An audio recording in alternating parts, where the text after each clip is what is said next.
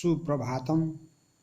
आशा ही नहीं, पूर्ण विश्वास है कि आप सभी विद्यार्थी स्वस्थ और मस्त होंगे।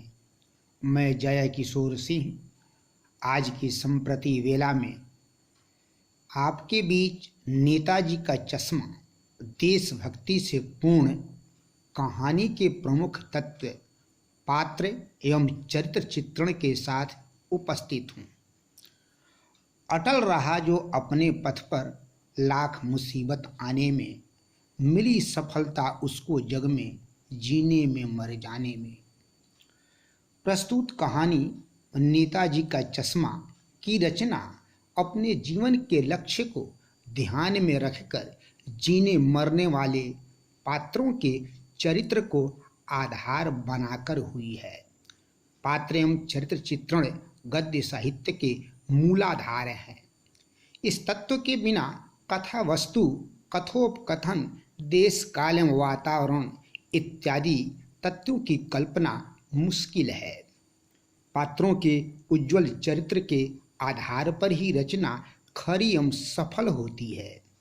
इस कहानी के मूल में कस्बे के अवकाश प्राप्त अधिकारी, कस्बे वासी मास्टर मोतीलाल जी, कैप्टन पानवाला, हालदार साहब और सरकंडे का चश्मा बनाकर नेताजी को पहनाने वाला लड़का है। अब हम कहानी के मुख्य पात्रों के चरित्र का चित्रण करेंगे और इसे उत्तम कहानी की श्रेणी में अंकित करेंगे। इस कहानी में कस्बे के प्रतिष्ठित व्यक्ति सेना के अवकाश प्राप्त अधिकारी हैं। वे एक सच्चे देशभक्त हैं। वे नेताजी के कृतित्व से सर्वाधिक प्रभावित हैं। वे देशभक्तों का मान सम्मान करते हैं। अपने कस्बे की नई पीढ़ी को भी देशभक्त बनाना चाहते हैं। इस हेतु कस्बे वासियों से सलाह मशविरा करते हैं और मंजिल प्राप्त करते हैं। कस्बे वाले आज़ादी और आज़ादी दिलवाने वालों के दीवाने हैं। वे भी देशभक्ति प्रकट करने के अनेक तरीकों को जानते हैं। वे नई पीढ़ी को प्रेरित करने हेतु नेताजी की मूर्ति स्थापित करना चाहते हैं। चरित्र की कड़ी में तीसरे स्थान पर मास्टर मोतीलाल जी हैं। वे एक बहुत अच्छे ड्राइंग टीचर हैं। जुबान के पक्के हैं, जो कहते हैं वही करते हैं। एक सच्चे एवं पारखी कलाकार हैं। एक कर्मयोगी एवं देशभक्त हैं। चौथे स्थान पर कैप्टन आता है, जो एक बूढ़ा एवं मरियल इंसान है। वह एक फेरी वाला चश्मा विक्रेता है। एक सच्चा देशभक्त है। एक कर्मयोगी है। वह बात पर नहीं, काम पर ध्यान देता है। मेहनती है। देशभक्तों का आदर करना जानता है। वह नेताजी की बिना चश्मा वाली मूर्ति पर चश्मा चढ़ाता है। परिस्थितियों के अनुसार चश्मा बदलता रहता है। पात्रों की श्रृंखला में पांचवें स्थान पर पानवाला आता है। वो मजाकिया किस्म का इंसान है। वह मोटा ताजा एवं बड़ी तोंद वाला इंसान है। सदैव पान खाता रहता है, पान चबाता रहता है। जब कभी कुछ बोलना होता है तो पीछे घूमकर पीत फेंक कर ही बोल पाता है। बहुत व्यंग्य करता है, किंतु दिल का पूरा नहीं है। कारण कि जिस चश्मे वाले को वह लंगड़ा और मरियल कहता है, उसकी मृत्यु से बहुत आहत होता है। चरित्र चित्रण के क्रम में हालदार साहब को नज़रअंदाज नहीं किया जा सकता है। वो एक सच्चे एवं स्वच्छ चरित्र वाले इंसान हैं। वे देशभक्ति प्रकट करने की हर रीति जानते हैं।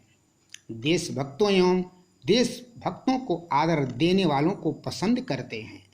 देशभक्तों का मजाक उड़ाने वालों से नाराज रहते हैं।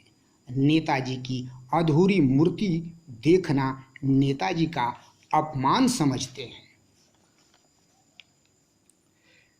चरित्र चित्रण का ताना बाना बुनने के क्रम में सातवें अंतिम एवं श्रेष्ठता के स्थान पर सरकंडे का चश्मा बनाकर नेताजी को पहनाने वाले लड़के का नाम बरबस जुबान पर आता है। यह लड़का कैप्टन की मृत्यु के बाद जब किसी ने नेताजी का चश्मा उतार लिया तो बहुत दुखी हो जाता है। उसके मन में यह भाव जगता है कि नेताजी चश्मे में उज्जवल व्यक्तित्व संपन्न दिखते हैं, ऐसे में उनकी आंखों पर चश्मा लगाना चाहिए। वह सोच विचार कर सरकंडे का चश्मा बनाता है और नेताजी को पहना देता है। उसका यह कार्य देशभक्ति का प्रमाण है। इस प्रकार इस कहानी के सभी पात्रों के चरित्र का अवलोकन करने के पश्चात यह स्पष्ट हो जाता है कि इसके पात्रों का चरित्र उज्ज्वल है। अतः पात्र एवं चरित्र चित्रण की कसौटी पर कसने के बाद यह कहानी सफल एवं उत्कृष्ट है।